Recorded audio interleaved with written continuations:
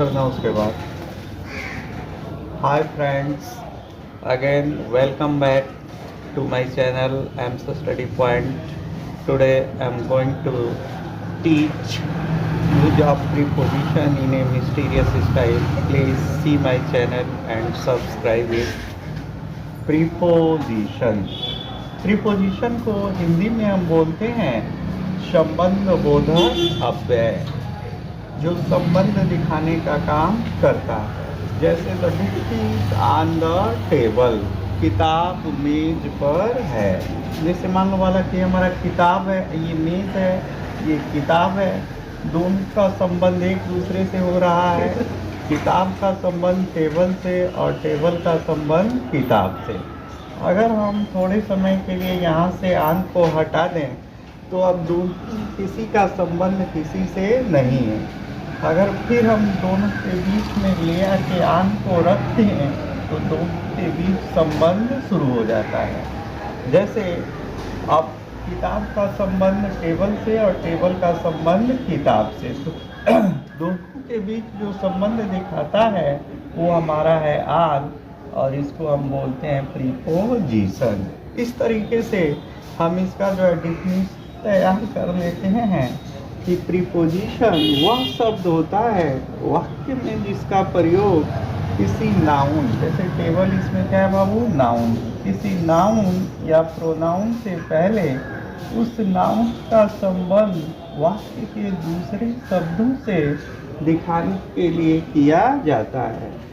तो हम डेफिनेशन इसका लिखते हैं कि preposition is a word used before a noun और pronoun to show its relation to some other words in the sentence.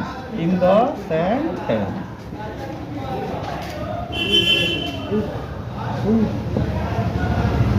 Preposition is a word वह शब्द होता है यूज्ड प्रयोग किया जाता है बिफोर माने पहले ए नाउन और प्रोनाउन किसी संज्ञा या सर्वनाम के टू शो दिखाने के लिए इट्स रिलेशन माने इसका संबंध टू सम अदर वर्ड कुछ दूसरे शब्दों से इन द सेंटेंस माने वाक्य में।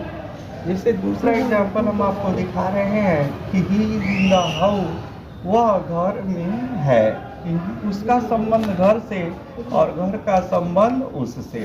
लेकिन यहाँ से भी इनको थोड़े समय के लिए अगर हम हटा दें तो कोई संबंध नहीं है। फिर इनको जब हम ला दिए तो फिर जो है संबंध दिखाई देना शुरू हो गया। तो इस तरीके से ही हमारा क्या हो गया, प्रीपोजिशन। लेकिन नोट में हम आपको बता रहे हैं कि डबल इंट्रोगेटिव सेंटेंस अर्थात क्वेश्चन वर्ड से शुरू होने वाले वाक्यों में प्रीपोजिशन का प्रयोग या तो वाक्य के प्रारंभ में होता है या वाक्य के अंत में किया जाता है। जैसे from where are you coming, आप कहाँ से आ रहे हैं। इसमें देखिए प्रीपोजिशन का प्रयोग वाक्य के प्रारंभ में किया गया है, और दूसरे में देखिए where are you coming from, आप कहाँ से आ रहे हैं, इसमें प्रीपोजिशन का प्रयोग वाक्य के अंत में किया गया है। तो इस तरीके से डबल इंट्रोगेटिव सेंटेंस में प्रीपोजिशन का प्रयोग या तो वाक्य के प्रारंभ में या वाक्य के अंत में किया जाता है। तो ये हमारा प्रीपोजिशन के बारे में जनरल इंट्रोडक्शन रहा। अगले जो है पार्ट में हम नाउन और pronoun to show its relation to some other words in the sentence. In the sentence